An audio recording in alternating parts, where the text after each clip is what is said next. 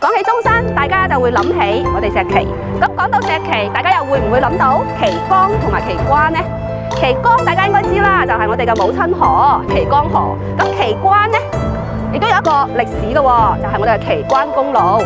岐關公路咧係連接住中山到澳門嘅一條陸道交通，亦都係打開中山繁榮嘅一條路。咁喺石岐岐關嘅呢一個位置，亦都有一個百畝大盤，巡咩盤咁犀利呢？今日帶大家嚟探討下，就係我哋嘅岐關悅來項目啦。一個盤大唔大，靚唔靚，睇佢嗰個小區入戶咧就知道噶啦。咁大棵羅漢松值幾錢啊？大家講我知，要幾多個 W 啊？水為財啊！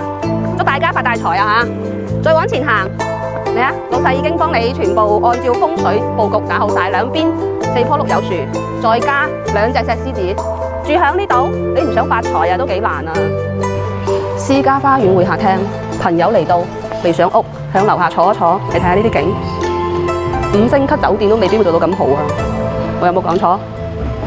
身份嘅象徵就係咁啦，所以話住石岐情懷係乜嘢？咪就係呢啲咯。你話 O 唔 OK？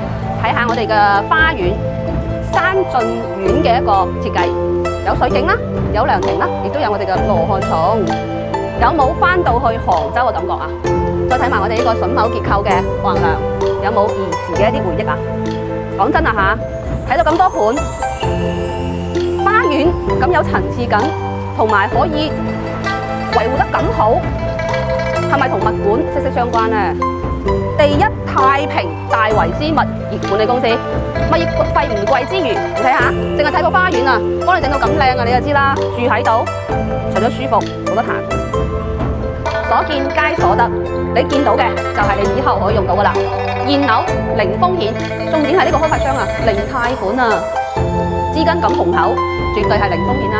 買樓就要買呢種啦，呢個123平方嘅3+N嘅一個戶型嚟嘅。呢個廳有幾長？你幫我度度，我都唔知有幾長，反正就好闊。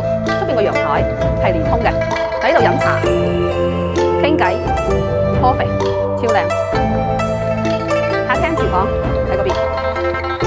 呢隻戶型現時開發商一口價27萬可以上車，仲送埋全屋家私電器俾齊你。